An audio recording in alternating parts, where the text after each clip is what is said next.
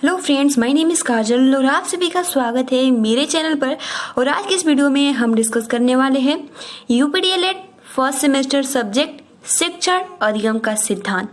जी हाँ फ्रेंड्स, और जैसे कि आप सभी को पता है कि हमने कल पहला लेसन डिस्कस किया था जिसका नाम है शिक्षण का अर्थ तथा उद्देश्य। ठीक है, जो कि हमने पूरा ये डिस्कस किया था। अगर आपने ये वीडियोस नहीं देखा है तो आपको लिंक कमेंट्स बॉक्स में मिल जाएगा, आप वहां से जाकर देख सकते हो। ठीक है, एक ही वीडियो में पूरा कवर हो गया है। और देखिए, आज का जो हमारा टॉपिक रहेगा वो रहेगा संप्रेषण। संप्रेषण क्या है, संप्रेषण कितने प्रकार के होते हैं, संप्रेषण के महत्व क्या है, ठीक है, इन सब के बारे में हम डिस्कस करेंगे बहुत ही अच्छे से। तो चलिए वीडियो को लाइक कर दीजिए, अपने फ्रेंड्स मित्रों को शेयर कर दीजिए। चलिए फ्रेंड्स शुरू करते हैं।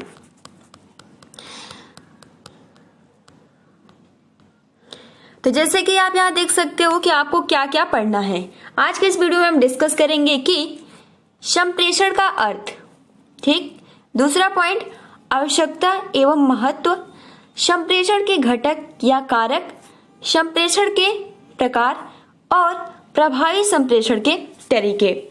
तो चलिए फ्रेंड्स शुरू करते हैं। और ये लेसन 2 का पार्ट 1 है, क्योंकि जो ये लेसन है ये बहुत ही बड़ा है। ठीक है, तो आज ये पूरा समाप्त नहीं हो पाएगा, तो हम कल की वीडियो में पार्ट 2 में इसको पूरा डिस्कस कर लेंगे। ठीक, तो चलिए सबसे पहले इसको हम छोड़ते हैं, जो महत्वपूर्ण है हम वही डिस्कस करेंगे। सबसे पहले हम डिस्कस करेंगे कि संप्रेषण का अर्थ क्या होता है। तो जैसे कि आप सभी को पता है कि सामान्यतः, ठीक, सामान्यतः संदेशों एवं विचारों के आदान प्रदान को हम पारस्परिक संप्रेषण कहते हैं। यानी संप्रेषण सरल भाषा में कहे तो क्या होता है, जो भी एक व्यक्ति दूसरे व्यक्ति से अपने जो भी वो बातचीत, कोई बात दूसरा व्यक्ति अपने बात को दूसरे व्यक्ति के पास पहुंचाता है और दूसरा व्यक्ति अपना बात किसी दूसरे व्यक्ति के पास पहुंचाता है, तो उसे हम संप्रेषण कहते हैं। तो यही कह रहा है कि सामान्यतः संदेशों एवं विचारों के आदान प्रदान, ठीक है, आदान प्रदान को हम पारस्परिक संप्रेषण कहते हैं। अब देखिए संप्रेषण का वास्तविक अर्थ क्या होता है। तो संप्रेषण का वास्तविक अर्थ हो जाता है एक व्यक्ति द्वारा दूसरे व्यक्ति को सूचनाओं एवं संदेशों को भेजना तथा प्राप्तकर्ता द्वारा उन्हें ठीक और सही अर्थ में समझना, जिस रूप और अर्थ में वो संप्रेषक चाहता है। ठीक, तो देखिए संप्रेषण क्या होता है, सबसे पहले मैं आप सभी को अच्छे से बता दूं। संप्रेषण वो होता है जिसमें दो व्यक्ति, ठीक है, मान लीजिए कोई ये फर्स्ट व्यक्ति है और दूसरा सेकंड व्यक्ति है। ठीक, तो ये अपने जो भी इसका विचार है, बात है, वो अपना बात इस तक पहुंचाता है। और अगर वो बात बहुत ही अच्छे ढंग से समझ जाता है कि वो दूसरा व्यक्ति क्या कहना चाहता है, तो वो क्या है, एक प्रभावी संप्रेषण है। और यही देखिए दूसरा व्यक्ति ऐसा हो जाएगा कि ये आपका फर्स्ट आदमी है, ठीक है, और ये दूसरा आपका सेकंड। तो ये अपनी बात को इस व्यक्ति से कहना चाहता है, लेकिन जो ये व्यक्ति है ये समझ नहीं पा रहा है। तो क्या ये संप्रेषण होगा? बिल्कुल नहीं, ये प्रभावी संप्रेषण नहीं है, तो ये रॉन्ग हो जाएगा। तो संप्रेषण का अर्थ आपको बहुत ही आसानी के साथ समझ में आ गया होगा। अब देखिए संप्रेषण को आंग्ल भाषा में कम्युनिकेशन कहते हैं, जो कि इंग्लिश शब्द है, ठीक है, इंग्लिश वर्ड है। इस आंग्ल भाषीय शब्द का निर्माण किससे हुआ है? तो लैटिन शब्द कम्युनी से हुआ है। ठीक है, तो ये बहुत ही महत्वपूर्ण है। अभी हमने जाना इसका अर्थ क्या है, फिर हमारा दूसरा स्टेप था कि ये आंग्ल भाषा जो कम्युनिकेशन से निकला है, और जो कम्युनिकेशन निकला है वो लैटिन भाषा कम्युनी से निकला है। तो ये 4 पॉइंट आपका बहुत ही अच्छे से क्लियर हो गया होगा। अब देखिए यहाँ फिर वही कह रहा है कि सामान्य विचारों, भावनाओं, सूचनाओं को आदान प्रदान से होता है, यानी संप्रेषण। अब आपको कभी भी संप्रेषण भूलेगा नहीं। अब हम जानते हैं कि संप्रेषण बना कैसे है ना, बात अब यहाँ ये आती है। तो देखिए इस प्रकार संप्रेषण शब्द सम और प्रेषण 2 शब्दों से मिलकर बना है। सम का अर्थ क्या है और प्रेषण का अर्थ क्या है।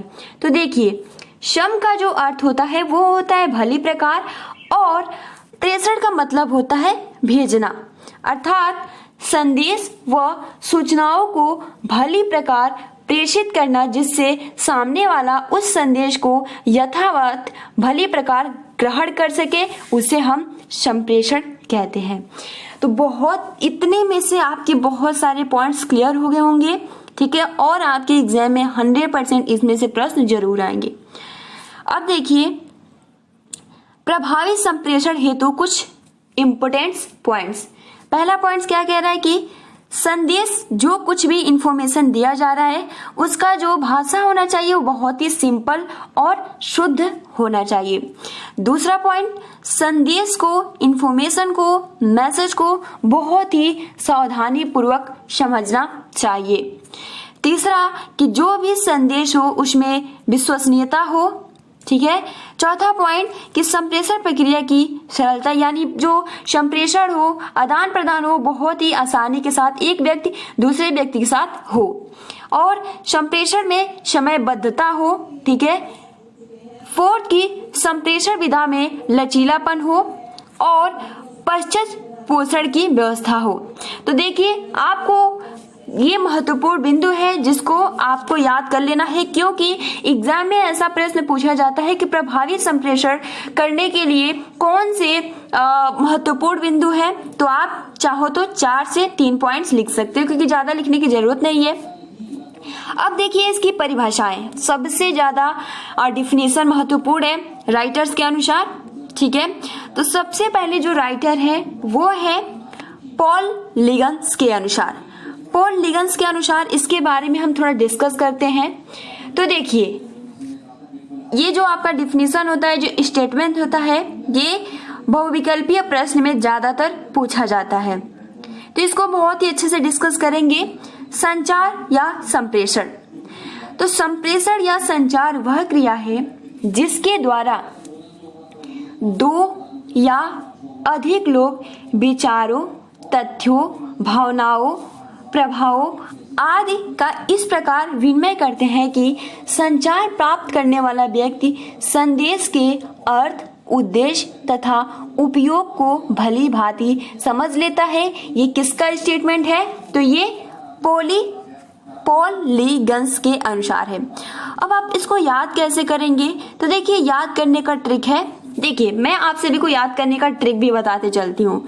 एक जैसे कि आदमी था या मनुष्य था, ठीक है, उसका जो नाम था वो था पॉल, ठीक, सिर्फ क्या नाम था? पॉल। और दूसरा जो व्यक्ति था वो था लिग, ठीक।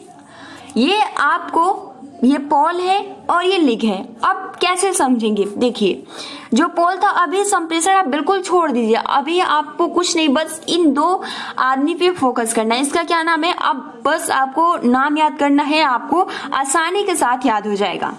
अब देखिए, इसका क्या नाम है? पॉल। इसका क्या नाम है? लिग। अब कैसे याद करेंगे?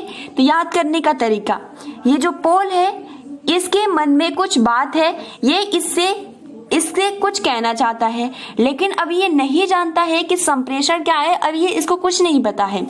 तो ये क्या कहता है कि एक व्यक्ति दूसरा होता है, ठीक है, दूसरा कोई व्यक्ति होता है, इसका जो नाम रहता है बस नंस, ठीक है, क्योंकि इसका पॉल नाम है, इसका लिग नाम है और इसका नंस, ठीक है, नंस नाम है। तो ये इससे डायरेक्टली बात नहीं कह सकता है, तो इससे कहता है कि मैं इससे कुछ संदेश देना चाहता हूँ, सूचना देता हूँ, मतलब देना चाहता हूँ।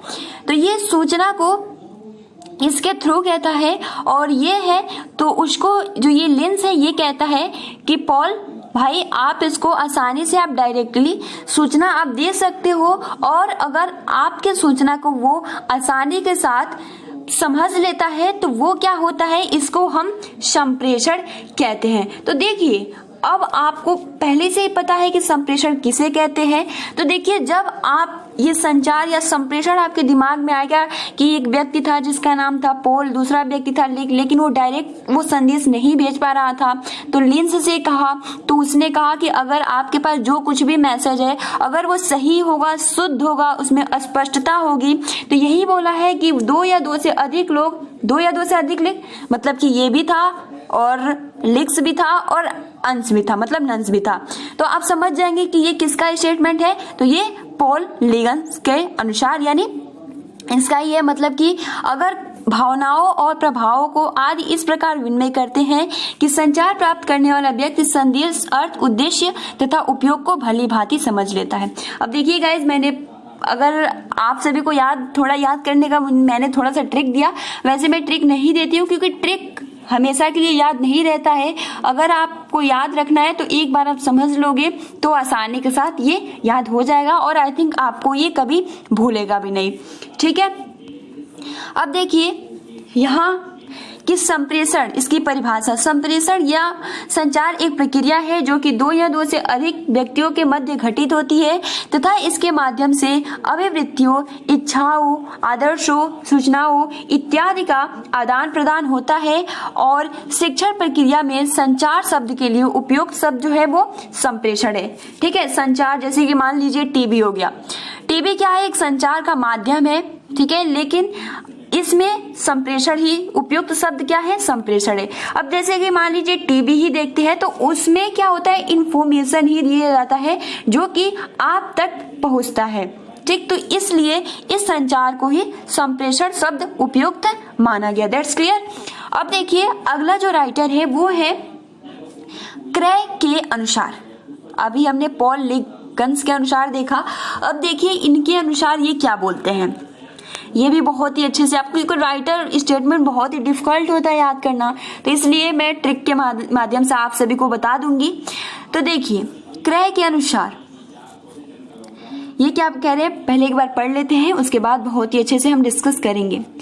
तो किसी वस्तु के विषय में, ठीक, कोई वस्तु है उसके विषय में समान या सहभागी ज्ञान की प्राप्ति के लिए प्रतीकों का उपयोग ही संप्रेषण है। यद्यपि मनुष्यों में संप्रेषण का महत्वपूर्ण माध्यम जो है वो है भाषा, फिर भी अन्य प्रतीकों का प्रयोग किया जा सकता है। देखिए क्या कहना चाहते हैं क्रय। क्रय एक व्यक्ति है जो कि इनके अनुसार संप्रेषण की परिभाषा ये होती है, ये कहना चाहते हैं कि हर एक व्यक्ति के पास उसका जो प्रभावी संप्रेषण है, उसके पास अपना एक लैंग्वेज है जिसके थ्रू वो जो कुछ भी मैसेज है वो किसी दूसरे के पास अपना इंफॉर्मेशन शेयर कर सकता है, भेज सकता है और वो प्रभावी संप्रेषण बन सकता है। फिर भी अन्य कुछ ऐसे भी ऑप्शंस होते हैं जिसके थ्रू आप एक दूसरे से संप्रेषण, मतलब एक दूसरे से व्यक्ति जुड़ सकता है। ठीक, तो ये भी बहुत ही आसानी के साथ, मतलब कि ये माध्यम मानते हैं भाषा को, लेकिन कुछ अन्य ऐसे भी ऑप्शन है, प्रतीक है जिसके द्वारा हम एक व्यक्ति दूसरे व्यक्ति से जुड़ सकते हैं और संप्रेषण प्रभावी हो सकता है। ये भी आपको याद हो जाएगा क्रय के अनुसार। अब देखिए अगला जो है वो है डॉक्टर IP तिवारी के अनुसार। तो डॉक्टर IP तिवारी ने क्या बोला है, तो इन्होंने बोला है कि संप्रेषण जीवन की एक क्रिया है। जो संप्रेषण है ये जीवन की एक क्रिया है, इसके अभाव मतलब इसके कमी में जीवन की कल्पना नहीं की जा सकती। बहुत ही सही बात है। ठीक, और संप्रेषण जीवन के साथ शुरू होता है और जीवन के अंत के साथ खत्म हो जाता है। और सामाजिक व्यवस्था में संप्रेषण की भूमिका जो होती है वो अत्यंत महत्वपूर्ण होती है। ये तो आई थिंक बहुत इजी है, आप आसानी से इसको याद कर सकते हो कि एक डॉक्टर IP था, ठीक है, जिसको जीवन से रिलेट किया था संप्रेषण को। उनका कहना था कि जो संप्रेषण है वो एक सामाजिक क्रिया है, मतलब जीवन की एक क्रिया है। ठीक है, अगर संप्रेषण की कमी हुई तो फिर जीवन की कल्पना करना भी बहुत ही मुश्किल हो जाएगा। और संप्रेषण जीवन के साथ ही शुरू होता है और जीवन के साथ ही खत्म हो जाता है। अतः जो संप्रेषण है सामाजिक व्यवस्था में संप्रेषण की भूमिका जो होती है वो अत्यंत महत्वपूर्ण होती है। क्लियर।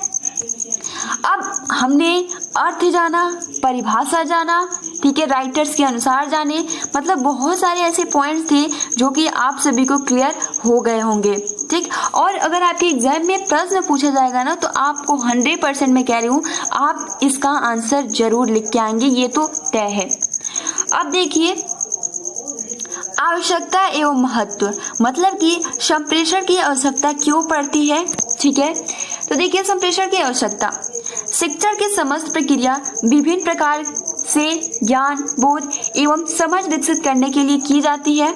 अतः ज्ञान की संरचना शिक्षण के स्रोत में से एक महत्वपूर्ण संरचना है, ठीक है। इस प्रकार शिक्षा प्रणाली में शिक्षक और छात्र दोनों ही सक्रिय रहकर अंतर प्रक्रिया करते हैं। मतलब कि यहाँ कहा जा रहा है कि शिक्षण की समस्त प्रक्रिया विभिन्न प्रकार के ज्ञान, ठीक, बोध, क्योंकि शिक्षण तो ज्ञान और बोध देने के लिए किया जाता है, समझ विकसित करने के लिए की जाती है। तो इसमें यही कहा जा रहा है ज्ञान की संरचना शिक्षण के स्रोत में एक महत्वपूर्ण संरचना है, और जो इसमें शिक्षक है और छात्र है दोनों को एक्टिव रहना चाहिए। अब देखिए इसको हम छोड़ते हैं, ठीक है। और यहाँ से देखिए किसी विद्वान ने कहा है कि, ठीक, किसी विद्वान ने कहा है कि यह विभाजन इस ढंग से होना चाहिए कि प्रत्येक सोपान स्वयं में पूर्ण इकाई और साथ साथ आगे आने वाले सोपान से संबंधित हो, अर्थात प्रत्येक सोपान अपने पूर्व के सोपान के उत्पन्न हुआ प्रतीत हो। यानी एक अच्छे संप्रेषण से श्रेष्ठ शिक्षण की अपेक्षा की जाती है। अधिगम का सीधा इसका संबंध है। यानी अगर एक अच्छे संप्रेषण की जरूरत है, ठीक, अगर एक अच्छे संप्रेषण की जरूरत है तो आपको श्रेष्ठ शिक्षण भी होना चाहिए, तभी जो संप्रेषण है बहुत ही अच्छा उसका इफेक्ट, उसका प्रभाव होगा। क्लियर। अब देखिए छात्रों को पूर्व अनुभव का ध्यान, यानी शिक्षण से पूर्व शिक्षक को छात्रों के पूर्व अनुभव की जानकारी लेनी चाहिए। पूर्व ज्ञान के आधार पर उन्हें नवीन ज्ञान देना ही शिक्षण की सफलता का प्रतीक है। यानी आपने देखा भी होगा उसमें यही बोला जाता है कि अगर आप कोई भी टॉपिक शुरू कर रहे हो तो आपको सबसे पहले तो ये जानना चाहिए जो भी उसमें छात्र हैं क्या उनके विषय में उनको कुछ उससे रिलेट करके उनको पता है या नहीं। तो सबसे पहले उनका जो भी पूर्व अनुभव है उसकी जानकारी लेनी चाहिए। तो चलिए फ्रेंड्स शुरू करते हैं। अब देखिए अगला है आपका निर्देशात्मक, मतलब कि एक शिक्षक को जो भी कुछ वो शिक्षण दे रहा है संप्रेषण, तो उसे आदेश न देकर उसे निर्देश के थ्रू पढ़ाना चाहिए। दूसरा है अच्छी योजना, ठीक है, बस पॉइंट टू पॉइंट डिस्कस करेंगे। अच्छी योजना मतलब एक शिक्षक को चाहिए कि कोई भी वो टॉपिक या कुछ भी पढ़ा रहा है तो एक प्लान के साथ। क्लियर। तीसरा है उचित पथ प्रदर्शन करें, ये भी आपको समझ में आ जाएगा। जनतंत्रात्मकता, यानी कक्षा का वातावरण सामाजिक एवं जनतंत्रात्मक होना चाहिए। ऊंच नीच की भावना से परे, मतलब कोई भी भेदभाव नहीं होना चाहिए। अब देखिए बालकों की कठिनाइयों का निदान, ये सबसे महत्वपूर्ण है, जिसे उपचारात्मक शिक्षा भी कहते हैं, ठीक है। तो यह स्वाभाविक है कि बालक प्रत्येक विषयों में पारंगत नहीं होता है। कोई विषय उसे सरल होता है, इजी होता है, तो कोई बहुत हार्ड होता है। शिक्षक का दायित्व है कि वह कठिन लगने वाले विषय को रोचक और सरल बनाते हुए उसकी कठिनाइयों को निदान करे। अब देखिए उपचार पूर्ण होना, जैसे कि अच्छा शिक्षण उपचार पूर्ण रहता है और अध्यापक उनकी मूलों को सहज तरीके से बताते हुए उन्हीं की सहायता से उनमें सुधार कर और प्रोत्साहन प्रदान करते हैं। अब देखिए अधिगम से संप्रेषण का संबंध। प्रश्न ऐसा आ सकता है कि अधिगम से और संप्रेषण से क्या संबंध है। तो देखिए किसी वातावरण के सीधे संपर्क से प्राणी अपने व्यवहारों में जो परिवर्तन लाता है वह सीखना है। अधिगम क्या है कि अपने व्यवहारों में परिवर्तन लाना, जो कुछ भी सीखना है वो क्या है, अधिगम है। तो सीखना क्या है, एक क्रियाशील प्रक्रिया है और उस पर चारों ओर के वातावरण का प्रभाव पड़ता है। उसकी रुचि, झुकाव, निपुणता, योग्यता, शक्ति उचित सीखने की प्रक्रिया की उपज है और अच्छे संप्रेषण में अच्छे प्रश्नों का चयन कर उनसे पूछना चाहिए। मतलब कि अच्छा संप्रेषण तभी हो सकता है कि जो सवाल है, जो प्रश्न है, बहुत ही अच्छे होने चाहिए, स्पष्ट तरीके से होना चाहिए और बहुत ही आसान सरल भाषा में होना चाहिए। शिक्षण की निपुणता किसी हद मतलब सीमा तक प्रश्नोत्तर पर आधारित होती है। प्रश्नों की सहायता से पाठ आगे बढ़ता है तथा बालकों को प्रेरित करके उनका ध्यान उनकी सहभागिता के कारण विषय वस्तु पर केंद्रित करता है। प्रश्नों के द्वारा विषय वस्तु के प्रति बालकों की जिज्ञासा तथा रुचि जागृत होती है, जिससे कि उसके पाठ के प्रति रुचि बनी रहे। तो अच्छा अध्ययन कब होगा? जब अच्छा आपका संप्रेषण होगा, तभी तो आप सिखा सकेंगे। तो ये बहुत ही महत्वपूर्ण है। अब देखिए संप्रेषण का महत्व। तो देखिए संप्रेषण जीवन पर्यंत सीखने का एक स्वाभाविक प्रक्रिया है। ठीक है, जीवन पर्यंत किसने कहा था कि जो संप्रेषण होता है वो जीवन के साथ शुरू होता है। इसके बिना कल्पना करना भी, इसकी कमी में कल्पना करना भी असंभव है। ये जीवन के साथ शुरू होता है और जैसे ही जीवन खत्म होता है ये भी खत्म हो जाता है। ये किसका कथन था? आपको कमेंट्स बॉक्स में कमेंट्स करके बताना है। ठीक है, तो देखिए जिससे हमारी समस्त इंद्रियां, आँख, कान और हाथ और शरीर के समस्त अंग क्रियाशील रहते हैं। और संप्रेषण शिक्षण का वह भाग है जिसमें शिक्षक के निर्देश, ठीक है, आदेश नहीं होना चाहिए, निर्देश होना चाहिए। तो निर्देश प्रशिक्षुओं शिक्षार्थियों के लिए पथ प्रदर्शन का कार्य करते हैं। जो अभी हमने पॉइंट टू पॉइंट डिस्कस किए ये सभी महत्व ही थे। ठीक है, ये जो आपकी अच्छी योजना निर्देशात्मक, ये क्या है? महत्व है। इसको छोड़ते हैं। ठीक, अब देखिए संप्रेषण के घटक या कारक कौन कौन से हैं। तो आप सभी ने जानते भी होंगे कि प्रेषक होता है, प्रतिक्रिया होता है, रिस्पॉन्स क्या, मैसेज, ठीक, प्रापक, अचीवर, माध्यम, प्रतिपुष्टि यानी फीडबैक। तो सबसे पहले जानते हैं प्रेषक क्या होता है। सेंडर यानी जो कुछ भी मैसेज कोई सेंड करता है उसको प्रेषक कहते हैं। यानी प्रेषक एवं माध्यम की सफलता का मूल आधार संदेश होता है। संदेश को सामाजिक विषमता, जातिवाद, संप्रदायवाद, भाषावाद एवं अन्य बुराइयों से आच्छादित नहीं होना चाहिए, बल्कि इसके स्थान पर लोगों में प्रेम, सहानुभूति, सहयोग, सह अस्तित्व, शांति एवं आपसी सौहार्द को बढ़ाने वाला होना चाहिए। जो भी मतलब कि वो जो भी प्रेषक या जो कुछ भी मैसेज सेंड कर रहा है वो उसमें आपका जातिवाद नहीं होना चाहिए, संप्रदायवाद नहीं होना चाहिए, भाषावाद नहीं होना चाहिए, अन्य बुराइयां मतलब ये सब कुछ नहीं होना चाहिए। जो भी एक प्रेषक है उसके मैसेज में ये सब कुछ नहीं होना चाहिए, बल्कि इसके स्थान पर लोगों में प्रेम, सहानुभूति, सहयोग, सह अस्तित्व ये सब कुछ होना चाहिए। क्लियर? इसको स्क्रॉल करते हैं। अब देखिए प्रेषक कैसा होना चाहिए। तो सबसे पहले आप यहाँ देख सकते हो कि छात्रों का बौद्धिक स्तर, उद्देश्य की जानकारी, स्वयं का व्यक्तित्व, विषय वस्तु का चयन, पाठ्य योजना का निर्माण, इतना बहुत है, ज्यादा याद करने की जरूरत नहीं है। क्लियर? अब देखिए संदेश क्या होता है। अभी प्रेषक के पास इतना जो भेजता है मैसेज, उसके पास इतना मतलब नॉलेज, ये ध्यान देने वाली बात है। अब संदेश यानी प्रेषक अभी हमने डिस्कस किया। प्रेषक ग्राही को जो कुछ भी सिखाना चाहता है, इस कार्य हेतु अपना जो अनुभव, ज्ञान व शिक्षण के माध्यम से प्रेषित करता है उसे संदेश कहते हैं। जो भी इंफॉर्मेशन होता है वो जो भेजता है वो मैसेज यानी संदेश होता है। उदाहरण के लिए प्रेषक स्कूल, स्टेशन, स्थान आदि शब्दों को शुद्ध बोलना लिखना सिखाना चाहता है, वो पहले स्वयं शुद्ध उच्चारण करके सिखाएगा। यदि फिर भी ग्राही ने उसे सही तरीके से नहीं सीखा तो वो स्कूल, ठीक, सकल, स्टेशन और स्थान और अस्थान बोलना या लिखाता है, ठीक है, लिखता है। तो प्रेषक उस सैंपल पर चार्ट मतलब कि उसको भली प्रकार की किस तरीके से स्टेशन बोला जाता है कि स्टेशन बोला जाता है, स्कूल बोला जाता है कि स्कूल, ठीक, इस तरीके की गलतियां हो जाती है। तो ये ध्यान देने वाली बात है। तीसरा है मीडिया यानी माध्यम कैसा होना चाहिए। तो माध्यम प्रेषक और प्रापक के बीच मेल कराते हैं। कोई एक माध्यम होना चाहिए, जैसे प्रेषक है, ठीक है, प्रेषक है, उसने मैसेज, उसको इन्फॉर्मेशन मिल गया तो वो कैसे भेजेगा ग्राहक के पास, ये अब बात आती है।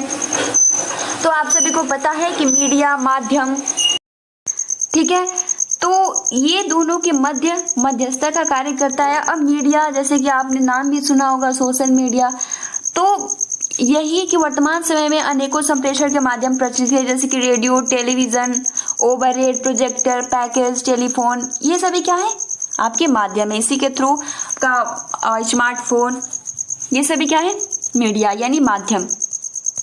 अब देखिए ग्राही यानी जो प्राप्त कर लेता है मैसेज, तो ग्राही अर्थात ग्रहण करने वाला, प्राप्त करने वाला, सीखने वाला, संप्रेषण के द्वारा दिए जाने वाले ज्ञान को ग्रहण करने वाला या ग्राही कहते हैं। तो संप्रेषण के 3 प्रमुख घटक हैं, कौन कौन से? तो आपका संप्रेषक, संदेश, ग्राही। क्लियर?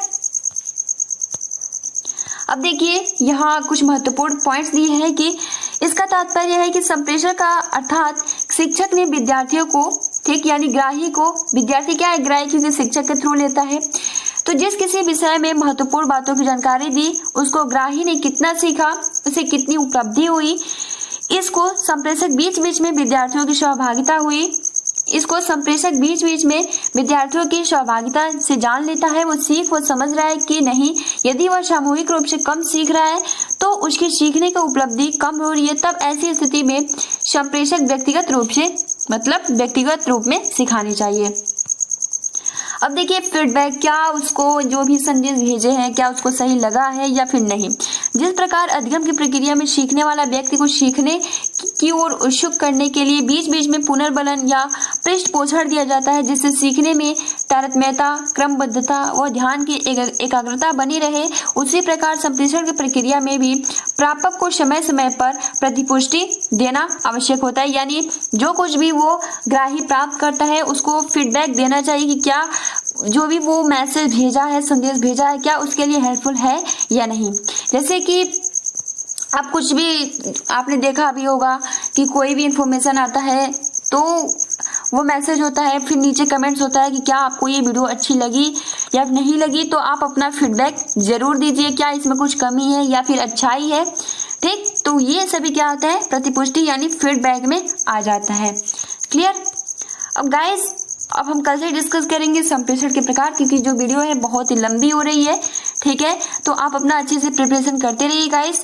वीडियो पसंद आई हो तो लाइक कीजिए, अपने फ्रेंड्स मित्रों को शेयर कीजिए। और गाइस अगर आप इतना पढ़ लेते हो ना तो यह तय है कि आपके एग्जाम में एक भी नंबर नहीं छूटेगा, ठीक। आप आसानी से बहुत सारे ऐसे प्रश्न आएंगे जिसको आप आसानी से कर सकते हो। सीरीज में अगर सीरीज की बात करूं तो क्योंकि इसमें बहुत ही अच्छे से दिया है, ठीक। और सीरीज में एक क्वेश्चन होता है और एक उसका ही केवल मात्र उसका ही आंसर होता है, तो क्या होता है ना उसको रटना होता है। लेकिन अगर आप इसको एक बार समझ लेंगे तो आप आसानी से छोटे छोटे जो क्वेश्चन होते हैं उसका भी आंसर कर सकते हैं, ठीक।